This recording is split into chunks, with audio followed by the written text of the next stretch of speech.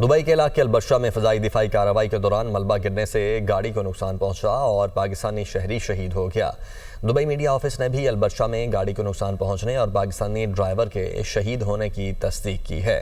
पासदारान इनकलाब ने भी तस्दीक की है कि दुबई मरीना में अमरीकी फ़ौजी मकाम को कामयाबी से निशाना बनाया गया। पासदारान इनकलाब का कहना है कि तेहरान रिफाइनरी पर हमले के बाद हैफा रिफाइनरी को भी निशाना बनाया गया है।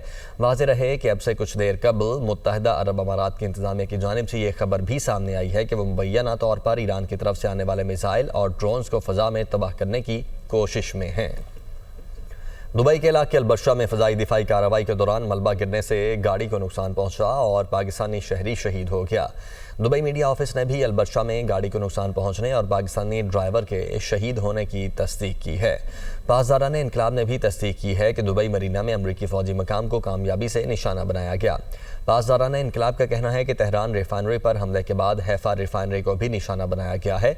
वाज़ेह रहे कि अब से कुछ देर कबल मुत्तहिदा अरब अमारात की इंतजामिया की जानिब से ये खबर भी सामने आई है कि वो मुबैना तौर पर ईरान की तरफ से आने वाले मिसाइल और ड्रोन्स को फ़ज़ा में तबाह करने की कोशिश में हैं।